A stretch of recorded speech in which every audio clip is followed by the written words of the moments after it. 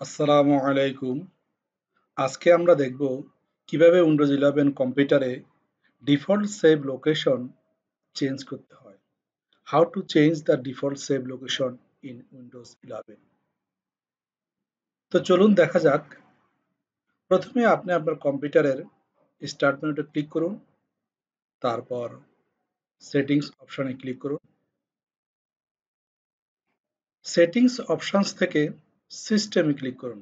বাম পাশ থেকে সিস্টেমে ক্লিক করুন এবং ডান পাশ থেকে ক্লিক করুন স্টোরেজ এখানে। তারপর সিলেক্ট করুন অ্যাডভান্স স্টোরেজ সেটিংস, এখানে ক্লিক করুন। অ্যাডভান্স স্টোরেজ সেটিং এখানে ক্লিক করুন।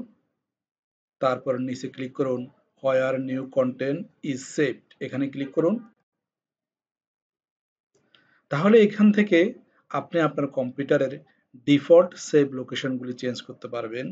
Apps location, document location, music location. কিভাবে করবেন?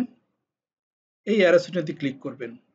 তারপর যে ড্রাইভে রাখতে চান সেই ড্রাইভে ক্লিক করবেন, অ্যাপ্লাই ক্লিক করবেন। তাহলে ওই ড্রাইভের লোকেশন চেঞ্জ হয়ে গেল। এভাবে আপনি ভিন্ন ভিন্ন অ্যাপসের জন্য ভিন্ন ভিন্ন ড্রাইভ সিলেক্ট করতে পারেন। তো বন্ধুরা, আশা করছি ভিডিওটি আপনাদের কাজে আসবে। সো ভালো লাগলে অবশ্যই লাইক করবেন এবং চ্যানেলটি সাবস্ক্রাইব করতে ভুলবেন না। আসসালামু আলাইকুম।